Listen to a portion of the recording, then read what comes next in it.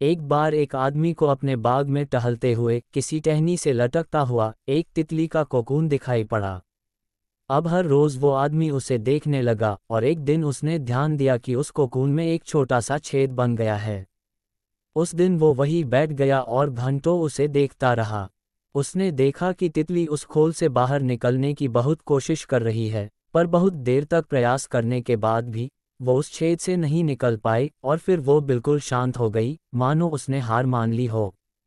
इसलिए उस आदमी ने निश्चय किया कि वो उस तितली की मदद करेगा।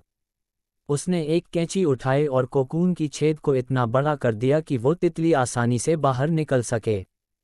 और यही हुआ, तितली बिना किसी और संघर्ष के आसानी से बाहर निकल आई, पर उसका शरीर सूजा हुआ था और पंख सूखे हुए थे। वो आदमी तितली को ये सोचकर देखता रहा कि वो किसी भी वक्त अपने पंख फैलाकर उड़ने लगेगी, पर ऐसा कुछ भी नहीं हुआ। इसके उलट बेचारी तितली कभी उड़ ही नहीं पाए और उसे अपनी बाकी की जिंदगी इधर उधर घिसते हुए बितानी पड़ी। वो आदमी अपनी दया और जल्दबाजी में ये नहीं समझ पाया कि दरअसल कोकून से निकलने की प्रक्रिया को प्रकृति ने इतना कठिन इसलिए बनाया है क्योंकि ऐसा करने से तितली के शरीर में मौजूद तरल उसके पंखों में पहुंच सके और वो छेद से बाहर निकलते ही उड़ सके। वास्तव में कभी कभी हमारे जीवन में संघर्ष ही वो चीज़ है जिसकी हमें सचमुच आवश्यकता होती है। यदि हम बिना किसी संघर्ष के सब कुछ पाने लगे तो हम भी एक अपन के सामान हो जाएंगे।